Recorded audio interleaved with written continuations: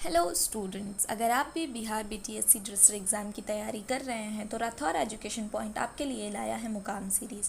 इस सीरीज़ से आप अपनी मंजिल तक बहुत आसानी से पहुंच सकते हैं। इस सीरीज़ में मैं आपको 50 क्वेश्चन के सेट्स करवाऊंगी। जो क्वेश्चन बहुत ही ज़्यादा इंपॉर्टेंट होंगे, जो इंपॉर्टेंट टॉपिक्स के क्वेश्चन होंगे, वो सारी चीज़ें इन सीरीज़ में कवर्ड होंगी। ठीक है, तो अगर आप ये चाहते हैं कि क्वेश्चन प्रैक्टिस के साथ साथ आपको कंप्लीट सिलेबस भी कवर कराया जाए, थ्योरी क्लासेस के थ्रू आपको कंप्लीट पीडीएफ नोट्स भी मिले, साथ ही साथ आप एक अच्छी भली टेस्ट सीरीज़ भी ज्वाइन कर सके जिससे आपकी प्रैक्टिस हो सके, तो आपको बिल्कुल भी देरी नहीं करनी चाहिए और राठौर एजुकेशन पॉइंट ऐप को प्ले स्टोर से डाउनलोड करके सूर्या बैच को खरीदना चाहिए। इस बैच में आपको कंप्लीट सिलेबस रिकॉर्डिंग क्लासेस के थ्रू कवर कराया जा रहा है और एक टेस्ट सीरीज़ भी मिल रही है जिससे आपकी प्रैक्टिस बहुत अच्छी हो जाएगी। तो देरी ना करें, राठौर एजुकेशन पॉइंट ऐप को प्ले स्टोर से डाउनलोड करें। अगर आप चाहते हैं कि आप इस टेस्ट सीरीज़ को ख़रीदें तो आप इसके कुछ टेस्ट फ्री में ऐसे ही बिना ख़रीदे भी दे करके देख सकते हैं। लेकिन अगर आप चाहते हैं कि आप ज़्यादा क्वेश्चन प्रैक्टिस करें और साथ ही साथ आपको उन क्वेश्चन के डिटेल्ड आंसर की भी मिले, तो इसके लिए आपको हमारी टेस्ट सीरीज़ को ज्वाइन करना चाहिए।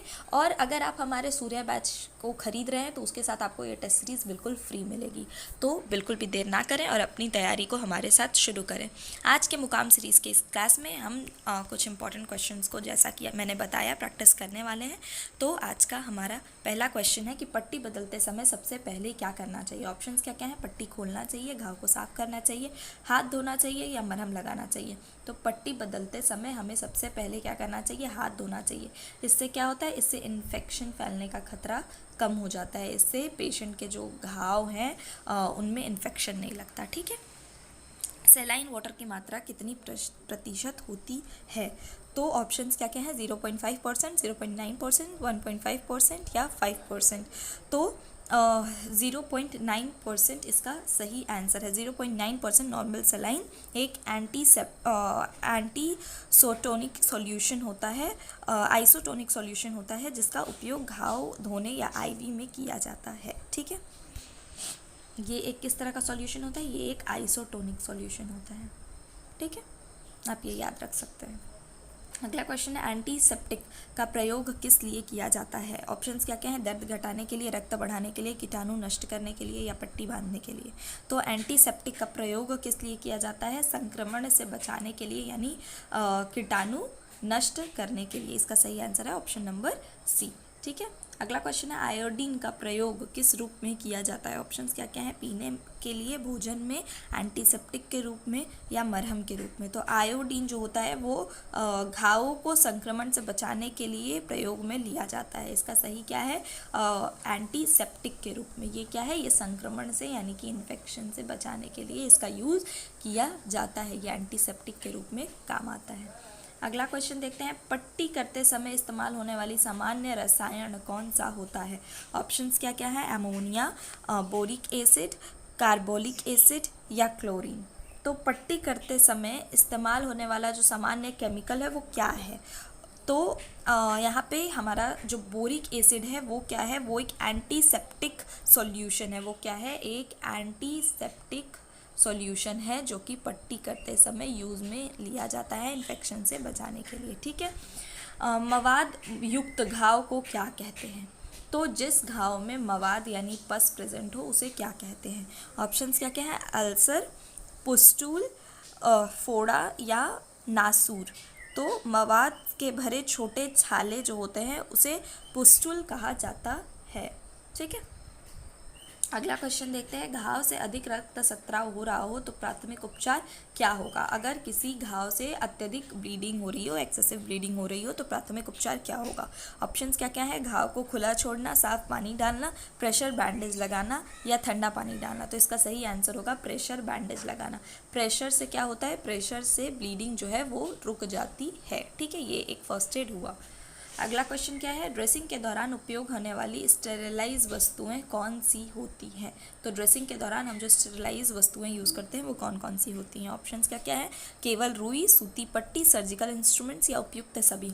तो रुई जो है वो घाव को साफ़ करने के लिए या घाव पे रखने के लिए या फिर किसी दवा को लगाने के लिए यूज़ करें तो वो स्टेराइल होनी ही चाहिए। पट्टी जो बांध रहे हैं वो स्टेराइल होनी ही चाहिए और इंस्ट्रूमेंट्स तो स्टेराइल होने ही चाहिए। तो इसका सही आंसर क्या होगा कि ड्रेसिंग के दौरान सभी उपयुक्त चीज़ें जो हैं वो स्टेराइल होनी चाहिए। जलने की स्थिति में प्राथमिक उपचार क्या है। अब हमारे सामने बर्न का कोई पेशेंट आ रहा है तो प्राथमिक उपचार क्या है। ऑप्शंस क्या क्या है, घाव को ढक देना, बर्फ़ लगाना, ठंडे पानी से धोना या मरहम लगाना। तो जलने की स्थिति में जो प्राथमिक उपचार है वो होता है ठंडे पानी से धोना। इससे क्या है, इससे पेशेंट को रिलैक्स फील होगा, उसको रिलीफ लगेगा, किससे, उसके जितने भी जलन है और ये सब कुछ से उसको क्या है, रिलैक्स या रिलीफ मिलेगा। ठीक है, अगला क्वेश्चन देखते हैं, रुई को स्टेरिलाइज कैसे किया जाता है। अब अभी हमने ऊपर देखा कि हमें स्टेरिलाइज्ड रुई का यूज़ करना चाहिए ड्रेसिंग में, तो रुई को स्टेरिलाइज किया कैसे जाएगा। ऑप्शंस क्या क्या हैं, उबाल कर, धूप में सुखाकर, अल्कोहल में भिगोकर या ऑटोक्लेव करके।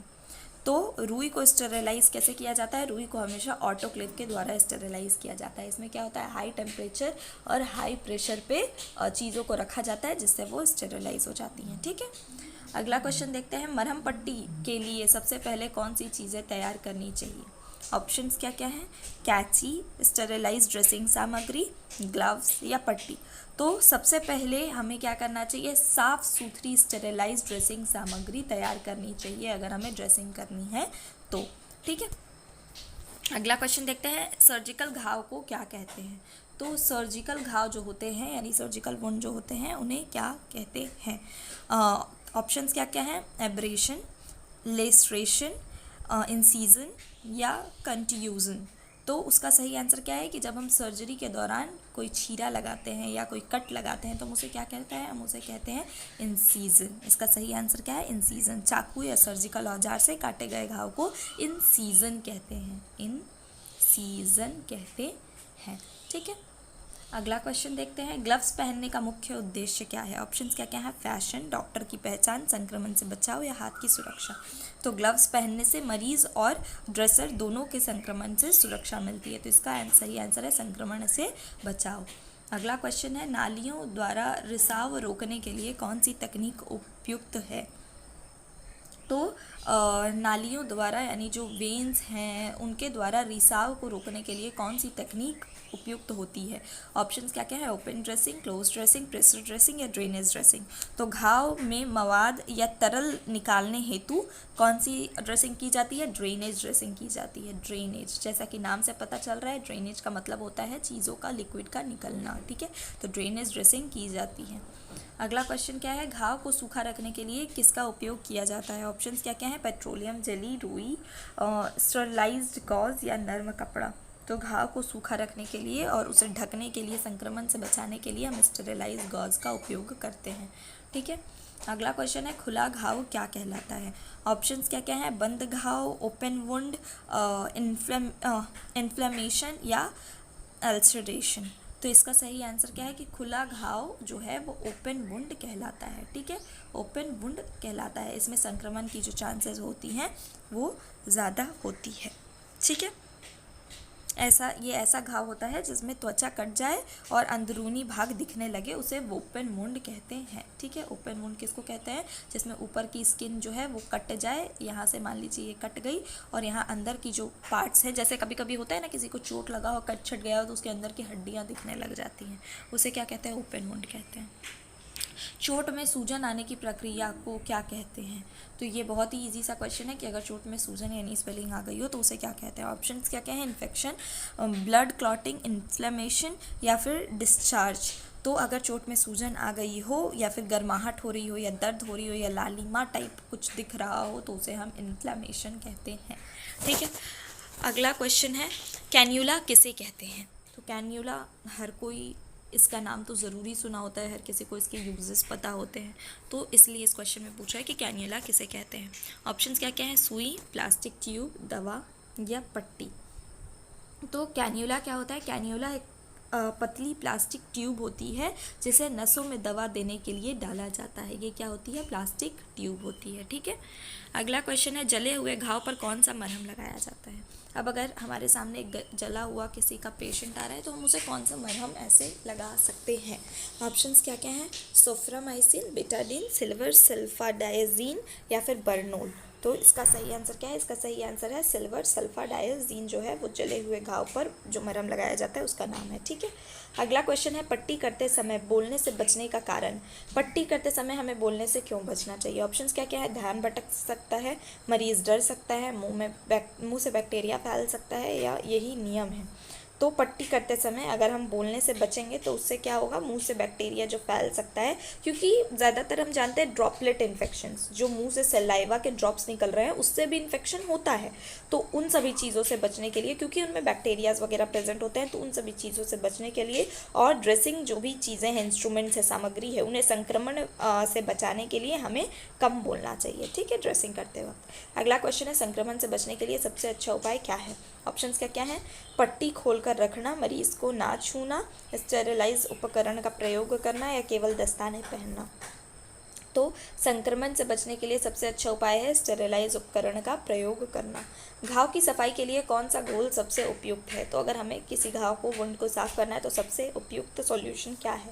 ऑप्शंस क्या क्या है? सिरका, नींबू पानी, नॉर्मल सलाइन, या फिर नारियल तेल। तो हम नॉर्मल सलाइन का यूज़ जो है वो घाव की सफाई में करते हैं। 0.9% नॉर्मल सलाइन का क्यों करते हैं? क्योंकि ये एक एंटीसेप्टिक और स्टेरिलाइज्ड पानी होता है जो कि डब्बे में पैक आता है, तो इससे किसी भी तरह का इन्फेक्शन से बचा जा सकता है, इसलिए इसका यूज़ करते हैं। मवाद को अंग्रेज़ी में क्या कहते हैं? ये तो बहुत ही ईजी सा क्वेश्चन है कि मवाद को अंग्रेज़ी में पस कहते हैं, ये मैंने आपको ऊपर बता भी रखा है। ठीक है, अगला क्वेश्चन देखते हैं। स्टेरिलाइज ड्रेसिंग किसे कहते हैं? स्टेराइल ड्रेसिंग किसको कहते हैं? ऑप्शन क्या क्या है? गंदे कपड़े की पट्टी, धोकर सुखाई हुई पट्टी, कीटाणु रहित पट्टी, या पुरानी पट्टी। तो कीटाणु रहित पट्टी जो होता है उसे हम स्टेराइल ड्रेसिंग कहते हैं। ठीक है, अगला क्वेश्चन देखते हैं। निम्न में से कौन सी एक ड्रेसिंग सामग्री नहीं है? कौन सी एक ड्रेसिंग सामग्री नहीं है? ऑप्शंस क्या क्या हैं? गॉज, कैची, बैंडेज, या मरहम। तो ड्रेसिंग सामग्री कौन सी नहीं है? वो है कैची। कैची एक ड्रेसिंग इंस्ट्रूमेंट हो सकती है बट सामग्री नहीं। सामग्री मतलब हम जिस चीज़ से ड्रेसिंग कर रहे हैं, ड्रेसिंग के ऊपर जो चीज़ें लगी हैं, गॉज लगी होती है, बैंडेज लगी होती है, और मरहम तो लगाते ही हैं। कैची जो है वो ड्रेसिंग इंस्ट्रूमेंट है, ड्रेसिंग सामग्री नहीं। ठीक है, अगला क्वेश्चन देखते हैं। फोड़े को काटने की प्रक्रिया को क्या कहते हैं? ऑप्शंस क्या क्या है? टाँका लगाना, इंसीजन, एक्सीजन, या ड्रेनेज। तो फोड़े को काटने की प्रक्रिया को हम क्या कहते हैं? फोड़े के काटने की प्रक्रिया को हम इंसीजन कहते हैं। इसका सही आंसर है ऑप्शन नंबर बी। अगला क्वेश्चन है ड्रेसिंग के बाद क्या करना चाहिए? मरीज को खाना देना चाहिए, हाथ धोना चाहिए, कपड़े बदलवाना चाहिए, या टाँके लगाना चाहिए। तो ड्रेसिंग करने के बाद हमें क्या करना चाहिए? हमें सबसे पहले हाथ धोना चाहिए, ताकि उस घाव से जितने भी बैक्टीरिया वगैरह आए हैं वो सारे संक्रमण से बच सकें। ठीक है, हम उन सभी के संक्रमण से बच सकें। अब अगला क्वेश्चन है रेंजर लैक्टेट का उपयोग किस में होता है?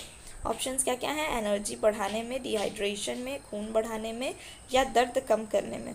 तो रेंजर लैक्टेट शरीर में पानी और इलेक्ट्रोलाइट की पूर्ति के लिए होता है। तो अगर कोई चीज़ हमारे बॉडी में H2O और इलेक्ट्रोलाइट का बैलेंस बना रही है तो वो ऑब्वियसली किस चीज़ से बचाने के लिए होगा? वो डिहाइड्रेशन में यूज़ होगा। ठीक है, तो रेंजर लैक्टेट जो है वो डिहाइड्रेशन में यूज़ होता है। बर्न, जलना का कितने प्रकार में विघटित किया गया है? तो जलना जो होता है वो कितने स्टेजेस में होता है? जैसा कि हमें पता है कि हम कहते हैं ना first degree burn, second degree burn और थर्ड डिग्री बर्न। तो इसका सही आंसर होगा 3। अगला क्वेश्चन है ड्रेसिंग ट्रॉली पर क्या नहीं होना चाहिए? ड्रेसिंग ट्रॉली पर क्या चीज़ें नहीं होनी चाहिए? स्टेरिलाइज सामान होना चाहिए, ग्लव्स होना चाहिए, मरहम होना चाहिए, गंदे कपड़े नहीं होना चाहिए। तो इसका सही आंसर क्या है? गंदे कपड़े। ठीक है, अगला क्वेश्चन है किसी गहरे घाव में सबसे पहले क्या करना चाहिए? अगर हमारे पास कोई गहरा घाव आ रहा है तो हमें सबसे पहले क्या करना चाहिए? ऑप्शंस क्या क्या है? मरहम लगाना चाहिए, एंटीबायोटिक देना चाहिए, घाव को साफ़ करना चाहिए, या घाव को छूना चाहिए। तो हमें सबसे पहले घाव को साफ़ करना चाहिए ताकि किसी भी तरह के इन्फेक्शन से बचाया जा सके। नॉन स्टेराइल ड्रेसिंग का प्रयोग कब किया जाता है? नॉन स्टेराइल ड्रेसिंग का प्रयोग कब किया जाता है? ऑप्शंस क्या क्या हैं? ऑपरेशन थिएटर में, छोटे घावों के लिए, जले हुए घावों में, संक्रमण वाले घावों में। तो छोटे या सामान्य घाव जो होते हैं उनमें हम नॉन स्टेराइल ड्रेसिंग का उपयोग कर लेते हैं। ठीक है, अगर ड्रेसिंग करते समय खून बहना बंद ना हो तो क्या करेंगे? अगर ड्रेसिंग करते समय खून बहना बंद ना हो रहा हो तो हमें प्रेशर डालना चाहिए, ये तो हमने ऊपर भी पढ़ा है कि हमें प्रेशर डालना चाहिए। ऑप्शंस देख लेते हैं। पानी डालेंगे, गॉज से दबाएंगे, घाव खुला छोड़ देंगे, दवा लगा देंगे। तो हमें इसे गॉज से दबाना चाहिए, प्रेशर देना चाहिए ताकि ब्लीडिंग रुक जाए। ड्रेसिंग करते समय सबसे पहले घाव के किस भाग को साफ़ करते हैं? तो ड्रेसिंग करते समय हम घाव के किस भाग को साफ़ करते हैं? ऑप्शंस क्या क्या हैं? चारों ओर की त्वचा, घाव का केंद्र, पूरी बाहरी त्वचा या नाखून। तो सबसे पहले ड्रेसिंग करते समय हम घाव का केंद्र साफ़ करते हैं और सफाई हमेशा केंद्र से बाहर की ओर की जाती है, जिससे इन्फेक्शन बाहर से अंदर ना आ सके और चीज़ें इन्फेक्शन से बची रहें, घाव जो है वो इन्फेक्शन से बची रहे। ड्रेसिंग ट्रॉली को साफ़ कब करना चाहिए? हर मरीज़ के बाद, हर हफ्ते, सुबह शाम या जब गंदा दिखे। तो हर मरीज़ के ड्रेसिंग के बाद हमें ड्रेसिंग ट्रॉली को साफ़ करना चाहिए। सबसे सामान्य एंटीसेप्टिक कौन सा है? ठीक है, सबसे सामान्य एंटीसेप्टिक कौन सा है? ऑप्शंस क्या क्या हैं?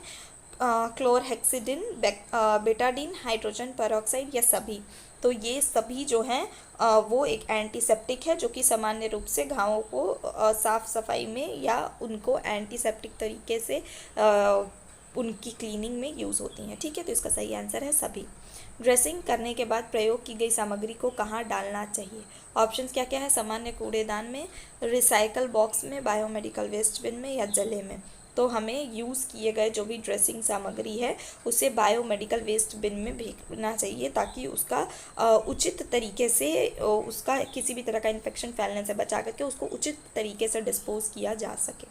अगला क्वेश्चन है, पोविडोन आयोडीन का उपयोग किस रूप में होता है? ऑप्शंस क्या क्या है? पेन किलर, एंटीसेप्टिक, एंटीबायोटिक या सिडेटिव। तो पोविडोन आयोडीन को हम क्या कहते हैं? पोविडोन आयोडीन को हम बेटाडीन भी कहते हैं। ये बहुत कॉमनली हॉस्पिटल्स में यूज़ होता है। ये एक प्रभावी क्या है? एंटीसेप्टिक है जो कि बैक्टीरिया को नष्ट करती है। ठीक है। घाव में पस होने पर ड्रेसिंग कितनी बार करनी चाहिए? अगर घाव में पस ऑलरेडी हो गया यानी कि घाव इन्फेक्टेड हो चुका है तो हमें उसकी जो ड्रेसिंग है वो कितनी बार करनी चाहिए? ऑप्शंस क्या क्या है? हफ्ते में 1 बार, जब घाव गीला लगे, दिन में 2 बार या हर 3 दिन बाद। तो अगर घाव ऑलरेडी इन्फेक्टेड हो चुका है तो हमें दिन में 2 बार उसकी सफाई करनी चाहिए। ड्रेसिंग में प्रयुक्त फोर्सेप्स को किस में स्टेरिलाइज किया जाता है? ऑप्शंस क्या क्या है? खोलते पानी में, शराब में, ऑटोक्लेव में या बर्फ़ में। तो जो भी इंस्ट्रूमेंट्स होते हैं उन्हें ऑटोक्लेव में स्टेराइल किया जाता है। इसमें हाई टेम्परेचर और प्रेशर पे चीज़ों को स्टेरिलाइज किया जाता है। ठीक है। अगला क्वेश्चन है, घाव को हवा लगने देने का क्या लाभदायक होता है? अब जैसा कि आपने बोलचाल के भाषा में किसी गाँव में सुना होगा कि घाव को हवा लगने दो, तो क्या ये लाभदायक होता भी है या नहीं? साइंस के नज़रिए से ये हम लोगों को पता होना चाहिए। तो इस क्वेश्चन में यही पूछ रहा है। ऑप्शंस क्या क्या है? हाँ, यह सूखने में मदद करता है, नहीं इससे दर्द होता है, नहीं इससे संक्रमण होता है या कभी कभी। तो हाँ, ये सूखने में मदद करता है। कुछ मामलों में घाव को खुला छोड़ना जो होता है वो उसके सूखने में यानी कि उसके हील करने में हेल्पफुल होता है। ठीक है। अगला क्वेश्चन देखते हैं, ड्रेसिंग के दौरान ग्लव्स कितनी बार बदले जाने चाहिए? तो ड्रेसिंग के दौरान ग्लव्स जो हैं वो कितनी बार बदले जाने चाहिए? ऑप्शंस क्या क्या हैं? पूरे दिन, हर मरीज़ के बाद, सिर्फ सुबह, हर 3 घंटे में। तो हर मरीज़ के बाद हमें अपनी ग्लव्स को बदलना चाहिए ताकि एक का संक्रमण जो है वो दूसरे को ना फैले और हम भी उस संक्रमण से बचे रहें। ड्रेसिंग का उद्देश्य क्या होता है? घाव को छुपाना, दिखावे के लिए, संक्रमण से बचाव और उपचार, मरीज़ को अच्छा महसूस कराने के लिए। ड्रेसिंग का उद्देश्य जो होता है वो संक्रमण से बचाने के लिए और उस घाव का उपचार करने के लिए होता है। ठीक है। अगला क्वेश्चन क्या है, घाव के किनारे को साफ करने के लिए किस दिशा में सफाई करनी चाहिए? ऑप्शंस क्या क्या हैं? अंदर से बाहर की ओर, बाहर से अंदर की ओर, एक ही स्थान पर या गोल घेरे में। तो घाव के किनारे को साफ़ करने के लिए हमें हमेशा, मैंने ऊपर भी बताया, अंदर से बाहर की ओर साफ़ करना चाहिए। यानी कि ये केंद्र है तो इससे बाहर की ओर ऐसे साफ़ करनी चाहिए ताकि क्या हो, जो भी संक्रमण है वो फैले नहीं, क्योंकि घाव यहाँ है तो यहाँ पे अगर हम पहले ही साफ़ कर चुके हैं तो जो संक्रमण है वो इधर का जो लोकल एरिया का संक्रमण है वो अंदर नहीं आएगा। ठीक है। ड्रेसिंग करने के लिए कॉटन का उपयोग कब नहीं करना चाहिए? ड्रेसिंग करने के लिए हमें कॉटन का उपयोग कब नहीं करना चाहिए? ऑप्शंस क्या क्या हैं? जब सूखा घाव हो, जब घाव में मवाद हो, जलने के घाव में या गहरे घाव में। तो जलने के घाव में हमें कॉटन का उपयोग कभी भी ड्रेसिंग में नहीं करनी चाहिए, क्योंकि वो क्या है, वो जली हुई स्थान पर चिपक सकती है। ठीक है, वो जली हुई स्थान पर क्या हो सकती है? चिपक सकती है और इससे क्या है, समस्या बढ़ जाती है। हाइड्रोजन परऑक्साइड किस लिए उपयोग किया जाता है? हाइड्रोजन परऑक्साइड जो है वो किस लिए उपयोग किया जाता है? ऑप्शंस क्या क्या हैं? दर्द कम करने के लिए, घाव की सफाई के लिए, एंटीबायोटिक के रूप में, या पट्टी लगाने के लिए। तो हाइड्रोजन परऑक्साइड घाव की सफाई के लिए यूज़ किया जाता है। ये झाग बनाने वाला एक केमिकल है जो कि ड्राई सेल्स को हटाने के लिए, इन्फेक्शंस को हटाने के लिए और घाव को साफ करने के लिए यूज़ किया जाता है। ये एक ऑक्सीडाइज्ड एजेंट होता है। ठीक है, अगला क्वेश्चन है सर्जिकल ग्लव्स को कैसे हटाना चाहिए? तो सर्जिकल ग्लव्स जो हम पहनते हैं उन्हें हटाने का एक सही तरीका क्या है? ऑप्शंस क्या क्या हैं? जोर से खींचकर, बाहर से पकड़कर, अंदर से पकड़कर, या एक साथ फाड़कर। तो दस्ताने को हमेशा अंदर की ओर से मोड़ते हुए बाहर की तरफ खोलना चाहिए, ताकि उसके सरफेस पे बाहर की ओर जो भी इन्फेक्शंस लगे हुए हैं वो हमारे हाथों पे ना लगे और हम अंदर की ओर से ही उसको निकाल दें। ठीक है, घाव में गंध आना किस बात का संकेत होता है? अगर घाव में गंध आए, घाव में पस हो, ये सारी चीज़ें जो हैं वो क्या संकेत देती हैं? घाव सूख रहा है, टाँका लगाना चाहिए, संक्रमण है, या मरहम सही है? तो घाव से दुर्गंध आना संक्रमण के लक्षण है। ठीक है, अगला क्वेश्चन है ड्रेसिंग के समय बात करने से क्या समस्या हो सकती है? ऑप्शंस क्या क्या है? मरीज चिढ़ सकता है, काम धीमा होता है, कीटाणु फैल सकता है, या कुछ नहीं। तो ये हमने ऊपर भी डिस्कस किया था कि कीटाणु फैल सकता है, ड्रॉपलेट इन्फेक्शन हो सकता है पेशेंट की घाव पे। ड्रेसर का मुख्य कर्तव्य क्या होता है? डॉक्टर की सहायता करना, मरीज को दवा देना, मरहम पट्टी करना और घाव की देखभाल करना, या अस्पताल की सफाई करना। तो ड्रेसर का सबसे मेन जो कर्तव्य होता है वो होता है मरहम पट्टी करना और घाव की देखभाल करना। तो आई होप कि आपको ये सारे क्वेश्चंस अच्छी तरह से समझ में आ गए हों और आपके ये सारे क्वेश्चंस क्लियर हो। ये सारे ही इंपॉर्टेंट क्वेश्चन हैं आपके एग्ज़ाम के पॉइंट ऑफ व्यू से, और इसमें से क्वेश्चन आपको एग्ज़ाम के पेपर में भी दिख सकते हैं। तो अगर आप चाहते हैं कि आपको ऐसे ही अच्छी अच्छी क्लासेस मिलती रहें राठौर एजुकेशन पॉइंट के चैनल पे, तो आप हमारे चैनल को सब्सक्राइब ज़रूर करें। Thank you so much.